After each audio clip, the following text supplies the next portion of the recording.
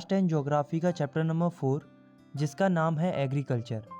दोस्तों, अगर हम एग्रीकल्चर के नज़रिए से देखें तो हमारी इंडिया काफ़ी इंपॉर्टेंट रोल प्ले करती है एग्रीकल्चर के अंदर। इंडिया की 2/3 population different type of agricultural activities perform करती है और ये ज़रूरी भी है क्योंकि एग्रीकल्चर एक प्राइमरी एक्टिविटी है जो कि हमारे लिए most of the food produce करती है। मतलब हम जो खाना खाते हैं वो मोस्टली एग्रीकल्चर से ही आता है और साथ में इंडस्ट्रीज़ के लिए जो रॉ मटेरियल्स आते हैं वो मोस्टली एग्रीकल्चर से ही आते हैं। तो इस चैप्टर में हम डिफरेंट टाइप्स ऑफ फार्मिंग के बारे में पढ़ेंगे, इंडिया के क्रॉपिंग पैटर्न के बारे में पढ़ेंगे, इंडिया की मेजर क्रॉप्स के बारे में पढ़ेंगे और भी कई सारे इंटरेस्टिंग टॉपिक्स के बारे में पढ़ेंगे जो कि एग्रीकल्चर से रिलेटेड हैं। तो चलिए स्टार्ट करते हैं।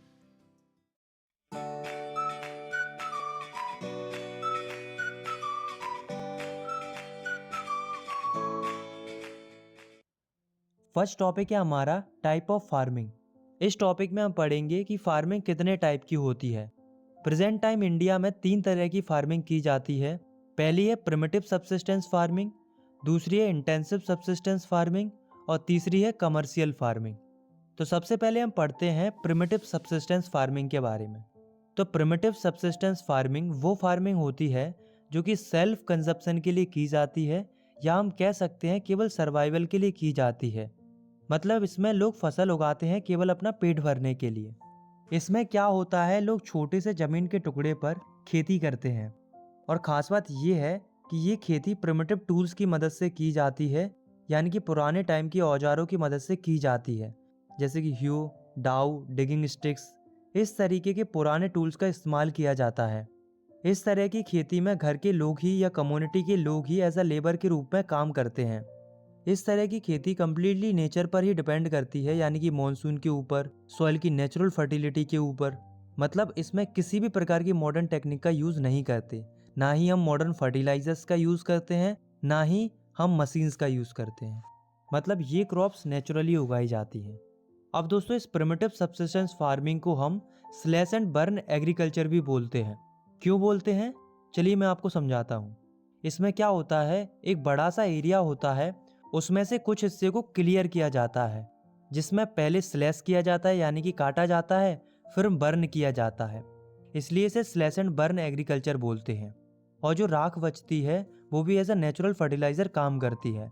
इतना करने के बाद ये ज़मीन पूरी तरीके से तैयार हो जाती है फसल उगाने के लिए। फिर इस ज़मीन पर खेती की जाती है और जब ज़मीन की फर्टिलिटी कम हो जाती है तो फार्मर शिफ्ट करते हैं, यानी कि दूसरी ज़मीन के टुकड़े को स्लैश एंड बर्न करते हैं। मतलब सेम प्रोसेस के साथ दूसरी नई जगह पर खेती करते हैं। तो ये होती है स्लैश एंड बर्न एग्रीकल्चर। इस तरह की फार्मिंग को अलग अलग जगहों पर अलग अलग नाम से जाना जाता है, जैसे कि नॉर्थ ईस्टर्न स्टेट्स में इसे झमिंग बोला जाता है, Bastar districts of Chhattisgarh and Andaman and Nicobar islands में इसे दीपा बोला जाता है। अब दोस्तों, ऐसा नहीं है कि इस तरह की खेती केवल हमारे भारत में ही होती है, बल्कि इस तरह की खेती पूरे वर्ल्ड वाइड की जाती है। जैसे कि मैक्सिको और सेंट्रल अमेरिका में इसे मिल्पा बोला जाता है, वेनेजुला में कोनोको, सेंट्रल अफ्रीका में मैशूल, वियतनाम में रे, इंडोनेशिया में लदांग। इस तरह से अलग अलग जगहों पर अलग अलग नाम से जाना जाता है। अब हम पढ़ते हैं सेकेंड टाइप ऑफ फार्मिंग के बारे में, यानी कि इंटेंसिव सब्सिस्टेंस फार्मिंग के बारे में। तो इंटेंसिव सब्सिस्टेंस फार्मिंग वो फार्मिंग होती है जो कि हम सेल्फ कंजप्शन और सर्वाइवल के लिए ही करते हैं। मतलब इसका भी मेन ऑब्जेक्टिव यही है कि लोग अपना खुद का पेट भर सके। पर खास बात यह है कि ये थोड़ी ज़्यादा लोगों का पेट भरने के लिए की जाती है। मतलब इस तरह की फार्मिंग उन जगहों पर की जाती है जहाँ पर पॉपुलेशन ज़्यादा होती है और लैंड कम होती है। इसीलिए इंटेंसिव सब्सिस्टेंस फार्मिंग में मॉडर्न इनपुट का और मॉडर्न मशीन्स का ज़्यादा इस्तेमाल किया जाता है, जैसे कि modern fertilisers, pesticides, tractor, harvester, thresher etcetera. इस तरह की मॉडर्न चीज़ों का ज़्यादा इस्तेमाल किया जाता है ताकि कम ज़मीन से ही ज़्यादा पैदावार निकाली जा सके और ज़्यादा लोगों का भरण पोषण हो सके। इस तरह की फसल उगाने के लिए लोग मॉनसून या नेचुरल रेनफॉल के ऊपर ही डिपेंडेंट नहीं रहते, बल्कि वो ट्यूबवेल्स और कैनल्स का भी यूज़ करते हैं। और तो और दोस्तों, इस तरह की खेती के लिए लेबर्स को भी हायर किया जाता है। अब हम समझते हैं थर्ड टाइप ऑफ फार्मिंग के बारे में, जो कि है कमर्शियल फार्मिंग। तो कमर्शियल फार्मिंग वो फार्मिंग होती है जिसको करने का मेन ऑब्जेक्टिव होता है पैसा कमाना। मतलब इस टाइप की खेती में फार्मर्स ज़्यादा मात्रा में मॉडर्न इनपुट्स का इस्तेमाल करते हैं जैसे कि HYB सीड्स का जो कि ज़्यादा पैदावार देते हैं, केमिकल फर्टिलाइजर्स का, इंसेक्टिसाइड्स का एंड पेस्टिसाइड्स का, और भी बहुत सारी मॉडर्न इनपुट्स और मॉडर्न टेक्नोलॉजी का इस्तेमाल करते हैं ताकि फार्मर्स अपनी ज़मीन पर ज़्यादा पैदावार निकाल सकें और उसे बेचकर पैसे कमा सकें।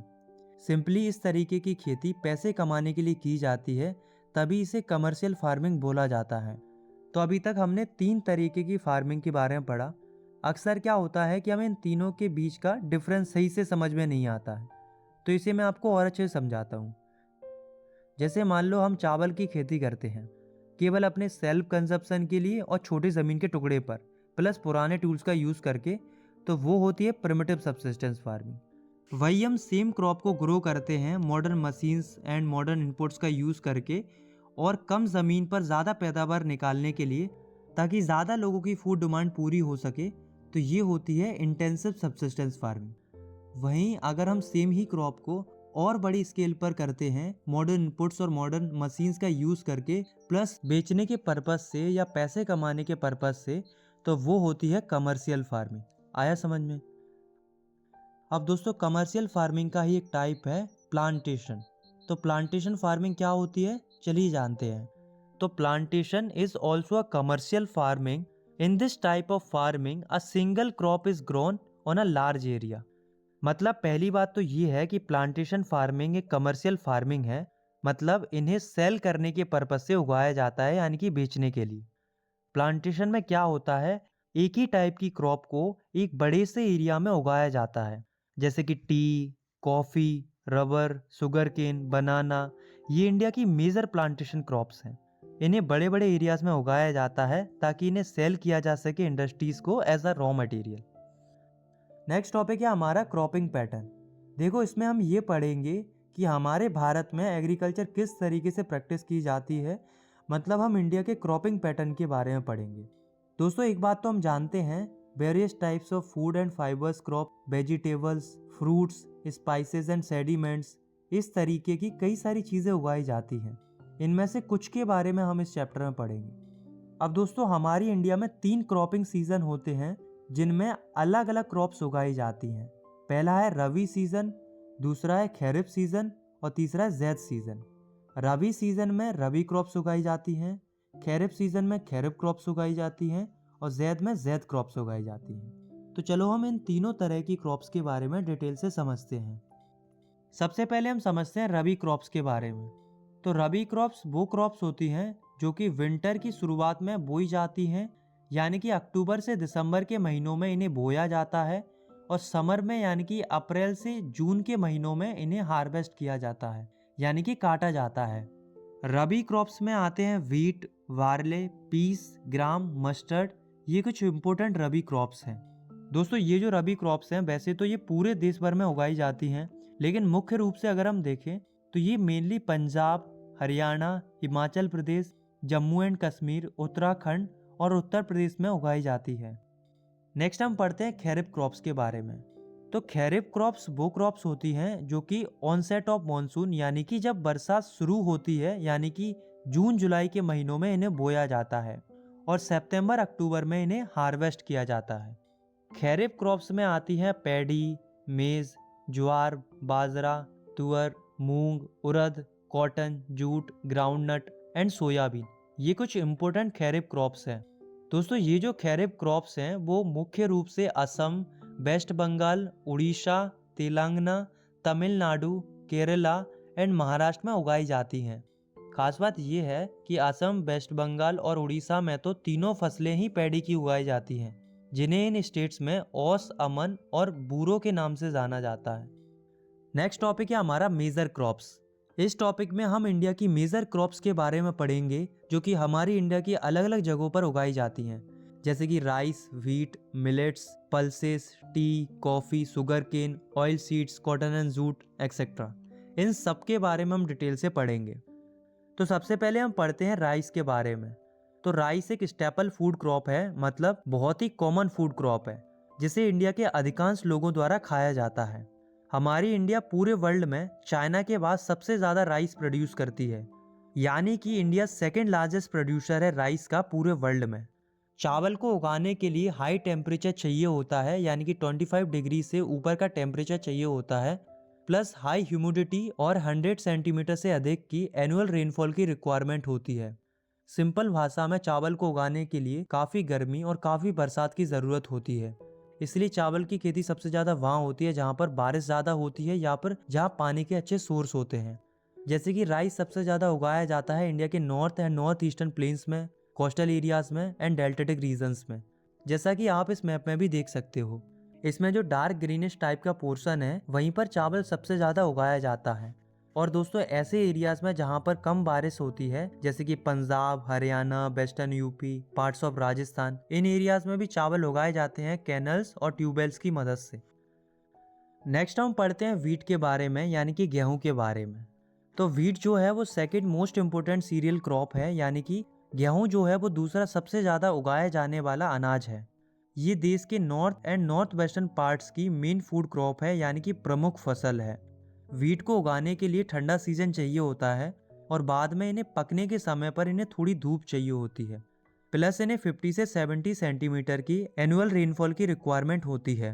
वीट्स को उगाने के लिए सबसे अच्छे जोन माने जाते हैं इंडिया के गंगा सतलुज प्लेन्स और ब्लैक सॉइल रीजन्स। इसीलिए अगर हम बात करें इंडिया के मेजर वीट प्रोड्यूसिंग स्टेट्स की, तो वो हैं पंजाब, हरियाणा, उत्तर प्रदेश, मध्य प्रदेश, बिहार एंड राजस्थान। इन राज्यों में जो है सबसे ज़्यादा वीट प्रोड्यूस किया जाता है। जैसा कि आप इस मैप में भी देख सकते हो, इसमें जो डार्क वाला हाईलाइटेड पोर्शन है वो मेजर फूड प्रोड्यूसिंग एरिया है। नेक्स्ट हम पढ़ते हैं मिलेट्स के बारे में। मिलेट्स का मतलब होता है मोटे अनाज, या इन्हें कोर्स ग्रेन भी बोलते हैं। अब दोस्तों ये मोटे अनाज भी मेनली 3 प्रकार के होते हैं, ज्वार, रागी एंड बाजरा। ये 3 तरह के इम्पोर्टेंट मिलेट्स होते हैं। ये तीनों ही तरह के मिलेट्स काफ़ी ज़्यादा न्यूट्रिशनस होते हैं, मतलब इनकी न्यूट्रिशनल वैल्यूज़ काफ़ी हाई होती हैं। चलो इन तीनों को एक एक करके अच्छे से समझते हैं। सबसे पहले हम समझते हैं ज्वार के बारे में। तो ज्वार जो है वो तीसरी सबसे इम्पोर्टेंट फूड क्रॉप है with respect to area and production. मतलब ज्वार भारत की तीसरी सबसे ज़्यादा उगाई जाने वाली फूड क्रॉप है। ज्वार एक रेनफेड क्रॉप है, मतलब इसे बारिश चाहिए होती है, इसलिए ये ज़्यादातर ऐसे इलाकों में उगाई जाती है जहाँ पर बारिश अच्छी होती है। इसलिए इस क्रॉप को उगाने के लिए अलग से इरिगेशन करने की ज़रूरत नहीं पड़ती। ज्वार सबसे ज़्यादा उगाया जाता है कर्नाटका, आंध्र प्रदेश, मध्य प्रदेश एंड महाराष्ट्र में। दूसरी अब हम बात करते हैं बाजरा की। तो बाजरा की जो फसल है वो उगाई जाती है सैंडी सॉइल्स और सैलो ब्लैक सॉइल्स के ऊपर। मतलब बाजरा की जो फसल होती है वो हल्की रेतीली मिट्टी और उथली काली मिट्टी पर उगाई जाती है। बाजरा सबसे ज़्यादा उगाया जाता है राजस्थान, उत्तर प्रदेश, महाराष्ट्र, गुजरात एंड हरियाणा में। थर्ड हम पढ़ते हैं रागी के बारे में। तो रागी जो है वो काफ़ी ज़्यादा वैल्यूएबल क्रॉप है। इसमें भरपूर मात्रा में आयरन, कैल्शियम, अदर माइक्रोन्यूट्रिएंट्स और रफेज यानी कि फाइबर पाया जाता है। रागी ड्राई रीजन क्रॉप है, मतलब रागी सूखे इलाकों में, मतलब जहाँ पर बहुत कम बारिश होती है वहाँ पर भी आसानी से उग जाती है। रागी की फसल red soil, black soil, sandy, loamy and shallow black soils पर आसानी से अच्छे तरीके से उगाई जाती है। रागी का मेजर प्रोडक्शन किया जाता है कर्नाटका, तमिलनाडु, हिमाचल प्रदेश, उत्तराखंड, सिक्किम, झारखंड एंड अरुणाचल प्रदेश में। आए समझ में? अब हम पढ़ते हैं नेक्स्ट क्रॉप के बारे में, जो कि है मेज़ यानी कि मक्का। तो मक्का आप लोगों ने ज़रूर देखा होगा और आपने खाया भी होगा। तो मक्का जो है वो एक ऐसी क्रॉप है जो कि फूड भी है और फूडर भी है। मतलब इसको हम लोग भी खाते हैं और इसे चारे के रूप में जानवर भी खाते हैं, यानी कि गाय भैंस भी खाती हैं। मेज़ एक खैरिफ क्रॉप है जिसको 21 डिग्री से 27 डिग्री सेल्सियस टेम्परेचर की रिक्वायरमेंट होती है और इसे पुरानी एलोवियल सॉइल पर अच्छे से उगाया जाता है। वैसे मेज है तो खैरिफ क्रॉप, बट कई स्टेट जैसे कि बिहार मेज को रबी सीजन में भी ग्रो करते हैं। और तो और दोस्तों मॉडर्न इनपुट्स की मदद से, जैसे कि HYB seeds, fertilisers and irrigation, इनकी मदद से मेज का जो प्रोडक्शन है वो तेज़ी से बढ़ा है। मेज का प्रोडक्शन सबसे ज़्यादा किया जाता है कर्नाटका, मध्य प्रदेश, उत्तर प्रदेश, बिहार, आंध्र प्रदेश और तेलंगाना में। चलो अब हम पढ़ते हैं पल्सेस के बारे में, यानी कि दालों के बारे में। तो दालें कई प्रकार की होती हैं, जैसे कि उड़द, मूंग, मसूर, पीस, ग्राम। ये कुछ मेजर पल्सेस हैं। खास बात यह है दोस्तों, इंडिया जो है वो सबसे बड़ा प्रोड्यूसर है और सबसे बड़ा कंज्यूमर है पल्सेस का पूरे वर्ल्ड में। मतलब दुनिया में सबसे ज़्यादा दालें हम ही लोग उगाते हैं और सबसे ज़्यादा दालों का कंजप्शन भी हम ही लोग करते हैं। क्योंकि दाल जो होती है वो मेजर सोर्स होती है प्रोटीन का, मतलब दाल में अच्छा खासा प्रोटीन होता है। स्पेशली जो लोग वेजिटेरियन होते हैं उनके लिए दाल एक अच्छा ऑप्शन होता है। और तो और दोस्तों, दालों को उगाने के लिए ज़्यादा पानी की भी रिक्वायरमेंट नहीं पड़ती, बहुत ही कम पानी चाहिए होता है। जहाँ तक कि दालों की फसलें सूखी कंडीशंस में भी आसानी से सरवाइव कर जाती हैं। यूजुअली जो फार्मर्स होते हैं वो दालों को 2 रीज़न से उगाते हैं। पहला, उन्हें खाने के लिए दाल मिल जाती है और दूसरा, दाल उगाने से सॉइल की फर्टिलिटी अच्छी हो जाती है। अरहर को छोड़कर जितनी भी दालें होती हैं वो सारी दालें मदद करती हैं सॉइल की फर्टिलिटी को रीस्टोर करने में। इसलिए ज़्यादातर फार्मर इन्हें रोटेशन में ग्रो करते रहते हैं अन्य फसलों के साथ साथ, ताकि सॉइल की फर्टिलिटी अच्छी रहे। पल्सेस का प्रोडक्शन इंडिया में सबसे ज़्यादा किया जाता है मध्य प्रदेश में, राजस्थान में, महाराष्ट्र में, उत्तर प्रदेश में और कर्नाटका में। Food crops other than grains. तो दोस्तों, अभी तक हमने कई सारी फूड क्रॉप्स के बारे में पढ़ा जो कि ग्रेन्स थी, यानी कि अनाज थी।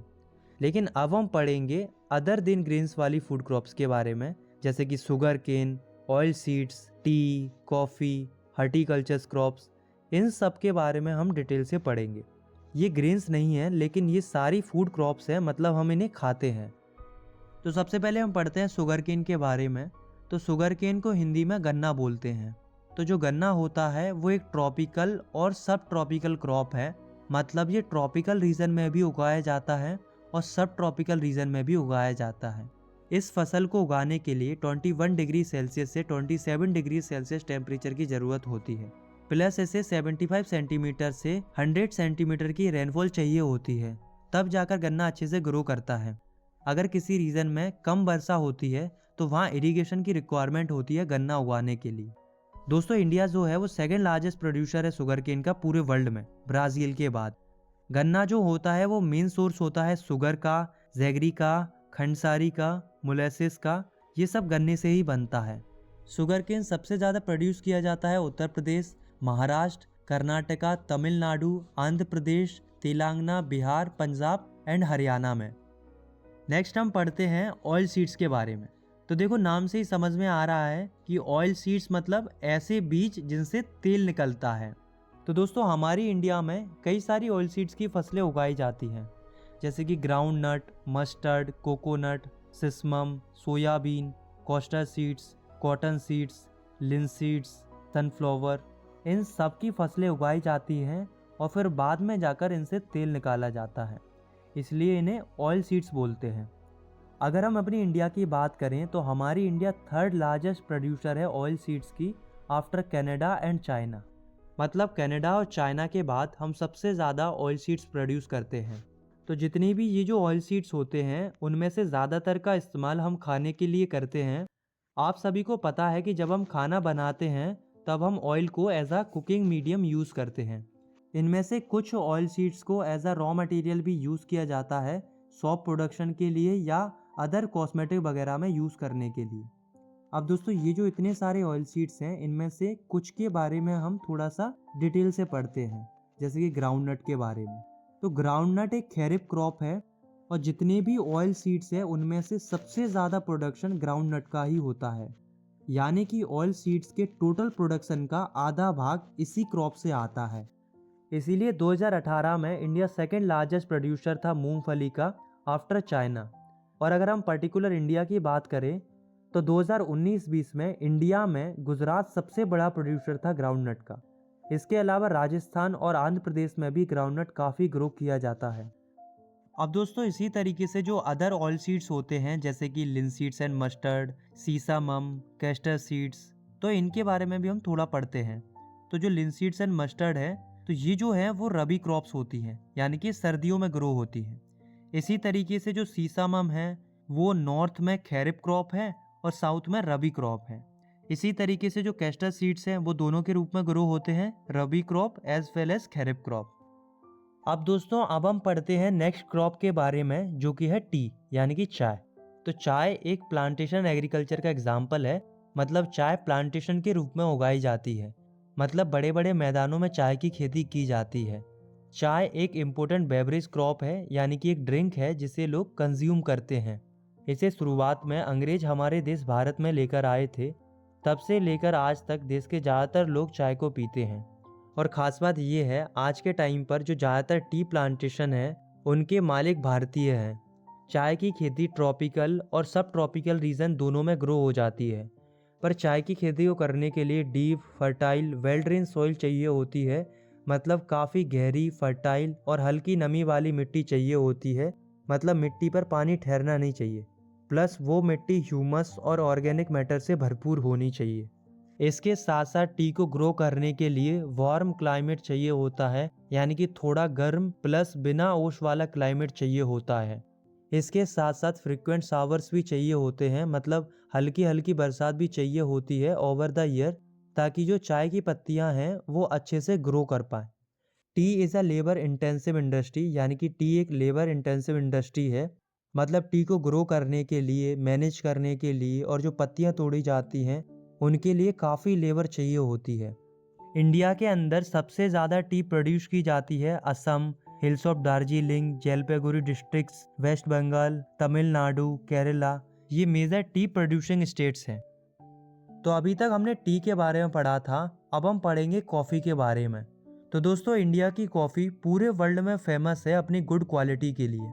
आज के समय में इंडिया में अरेबिका नाम की एक कॉफ़ी की वैरायटी प्रोड्यूस की जाती है, जो कि शुरुआती समय में यमन से लाई गई थी।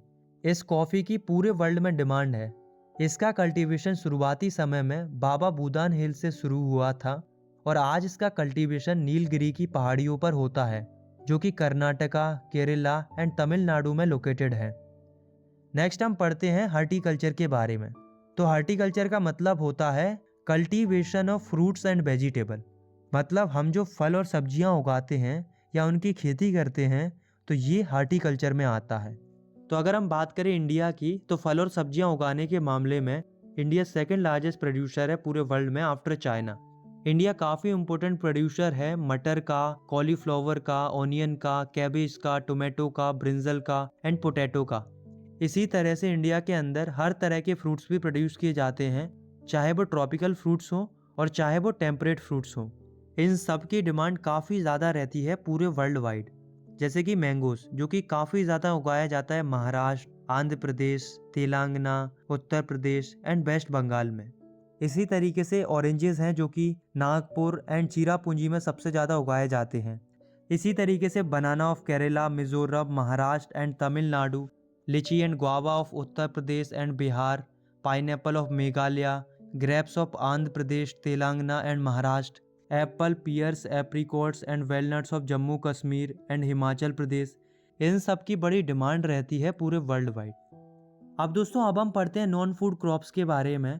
मतलब अभी तक हमने जितनी भी क्रॉप्स के बारे में पढ़ा वो सारी फूड क्रॉप्स थी, लेकिन अब हम जिन क्रॉप्स के बारे में पढ़ेंगे वो सारी नॉन फूड क्रॉप्स होंगी, मतलब जिन्हें हम खा नहीं सकते, जैसे कि रबर, कॉटन, जूट। इन सब के बारे में हम डिटेल से पढ़ेंगे।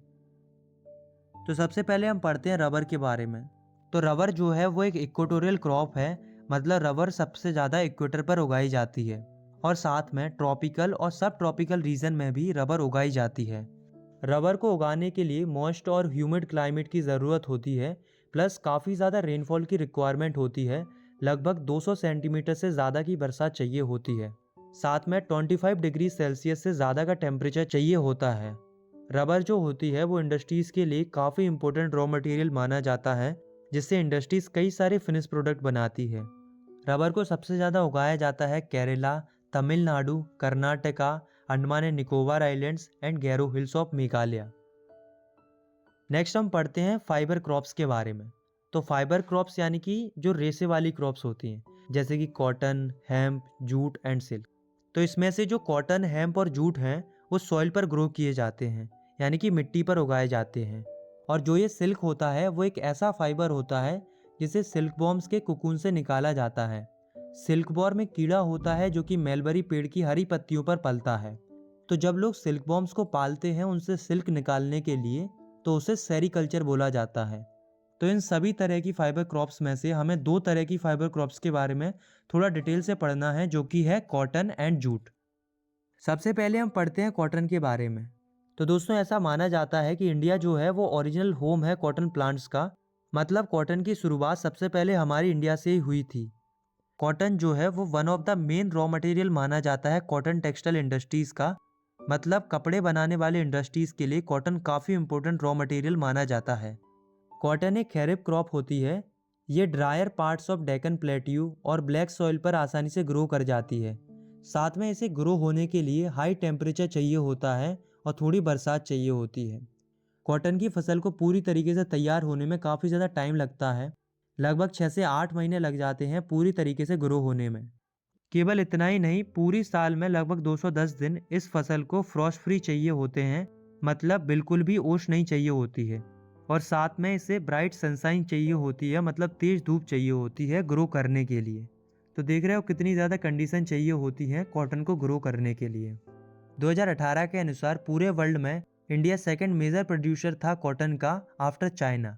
अगर हम बात करें हमारी इंडिया की, तो इंडिया में सबसे ज़्यादा कॉटन का प्रोडक्शन किया जाता है महाराष्ट्र, गुजरात, मध्य प्रदेश, तेलंगाना, पंजाब, उत्तर प्रदेश, हरियाणा, तमिलनाडु, कर्नाटका एंड आंध्र प्रदेश में। लास्ट हम पढ़ते हैं जूट के बारे में। तो जूट को गोल्डन फाइबर बोला जाता है क्योंकि इससे काफ़ी सारी चीज़ें बनाई जाती हैं, जैसे कि bags, mats, rope, yarn, carpets and many more. Plus इसका कलर भी थोड़ा गोल्ड जैसा होता है। तो जूट काफ़ी अच्छे से ग्रो होता है फ्लड प्लेन्स में, जहाँ पर वेल ड्रेन फर्टाइल सॉइल्स होती हैं। इसे अच्छे से ग्रो होने के लिए बीच में काफ़ी ज़्यादा हाई टेम्परेचर भी चाहिए होता है। जूट सबसे ज़्यादा प्रोड्यूस होता है वेस्ट बंगाल, बिहार, असम, उड़ीसा एंड मेघालय में। बट आज के टाइम में जूट का काफ़ी कम इस्तेमाल हो रहा है क्योंकि मार्केट में काफ़ी सारे सिंथेटिक फाइबर आ गए हैं जो कि बहुत सस्ते होते हैं। वहीं जूट काफ़ी महंगा होता है। बट हम लोगों को एक बात ध्यान रखनी चाहिए, वो हमारे नेचर के लिए काफ़ी हार्मफुल होते हैं। नेक्स्ट टॉपिक है हमारा टेक्नोलॉजिकल एंड इंस्टीट्यूशनल रिफॉर्म्स। तो दोस्तों इस टॉपिक में हम ये पढ़ेंगे कि एग्रीकल्चर में क्या क्या टेक्नोलॉजिकल और इंस्टीट्यूशनल रिफॉर्म्स आते हैं, यानी कि क्या क्या बदलाव आते हैं। अब यहाँ पर एक क्वेश्चन अराइज होता है कि एग्रीकल्चर में बदलाव लाने की ज़रूरत क्या है, वाई रिफॉर्म्स आर रिक्वायर्ड। चलिए जानते हैं कि रिफॉर्म्स लाना क्यों ज़रूरी है। तो जैसा कि हम सभी जानते हैं कि इंडिया में एग्रीकल्चर हज़ारों सालों से की जा रही है। आज के समय में इंडिया की लगभग 60% पॉपुलेशन का लाइवलीहुड्स, यानी कि उनका जो जीवन है वो एग्रीकल्चर पर ही डिपेंड करता है। और दोस्तों इरिगेशन में इतना ज़्यादा डेवलपमेंट होने के बावजूद भी आज भी देश के बहुत बड़े बड़े भाग में अभी भी किसान अपनी खेती बाड़ी के लिए मॉनसून और सॉइल की नेचुरल फर्टिलिटी पर ही डिपेंडेंट रहते हैं। और ऊपर से हमारे देश की जो पॉपुलेशन है वो तेज़ी से बढ़ रही है, जिस वजह से फूड डिमांड भी बढ़ रही है। तो ऐसे में serious technological and institutional reform लाना ज़रूरी है ताकि एग्रीकल्चर पहले से बेहतर हो सके और कंट्री का ओवरऑल डेवलपमेंट हो सके। क्योंकि आप खुद सोचो कि अगर टेक्नोलॉजिकल एंड इंस्टीट्यूशनल रिफॉर्म नहीं आएंगे तो एग्रीकल्चर में डेवलपमेंट उस पेस के साथ नहीं होगा जिस पेस के साथ होना चाहिए। तो आए समझ में कि रिफॉर्म्स लाना क्यों ज़रूरी है। तो दोस्तों अब हम देखते हैं कि हमारी इंडिया में कौन कौन से रिफॉर्म्स आते हैं, यानी कि क्या क्या चेंजेस आते हैं। तो सबसे पहले हम बात करते हैं शुरुआती समय में क्या क्या इंस्टीट्यूशनल रिफॉर्म्स आए। तो आफ्टर इंडिपेंडेंस यानी कि आज़ादी के बाद से कई सारे मेजर इंस्टीट्यूशनल रिफॉर्म्स लाए गए, जैसे कि कलेक्टिवाइजेशन पर ज़्यादा गौर दिया गया, मतलब लोग मिलकर खेती करें ताकि ज़्यादा प्रोडक्शन किया जा सके। कंसोलिडेट किया होल्डिंग को, कॉरपोरेशन में काम करने को प्रेरित किया गया। और जो जमींदारी सिस्टम चलता था, मतलब जिसमें एक ही व्यक्ति सारी ज़मीन के ऊपर कब्जा किए रहता था, तो ऐसे सिस्टम को अबॉलिश कर दिया जाता है। तो अगर मैं सिंपल भाषा में कहूँ तो लैंड रिफॉर्म्स लाना ही, यानी कि ज़मीन से जुड़े हुए सुधार लाना ही गवर्नमेंट का फर्स्ट 5 ईयर प्लान था। अब दोस्तों क्या लगता है आपको कि केवल इतने से ही काम चल गया होगा? नहीं, क्योंकि हमें एग्रीकल्चर में और ज़्यादा बदलाव लाने की ज़रूरत थी। तो ऐसे में हमारी गवर्नमेंट क्या करती है, इंडियन एग्रीकल्चर को इम्प्रूव करने के लिए 1960s में ग्रीन रेवोल्यूशन स्टार्ट करती है और 1970s में वाइट रेवोल्यूशन स्टार्ट करती है। ग्रीन रेवोल्यूशन की मदद से फार्मिंग को बेहतर बनाने का प्रयास किया गया था और वाइट रेवोल्यूशन में हमने मिल्क प्रोडक्शन पर ध्यान दिया था। अब दोस्तों इससे हुआ क्या कि ग्रीन और वाइट रेवोल्यूशन की मदद से डेवलपमेंट तो देखने को मिला, बट कुछ सिलेक्टेड जगहों पर ही डेवलपमेंट देखने को मिला। अभी भी कई सारी जगह ऐसी थी जहां पर डेवलपमेंट होना ज़रूरी था। तो इसके लिए हमारी गवर्नमेंट क्या करती है, 1980s एंड 1990s में कई सारे कॉम्प्रिहेंसिव लैंड डेवलपमेंट प्रोग्राम शुरू करती है, जिसमें गवर्नमेंट कई सारी इंस्टीट्यूशनल एंड टेक्निकल रिफॉर्म्स लाती है, यानी कि कई सारी नई नई चीज़ें लाती है।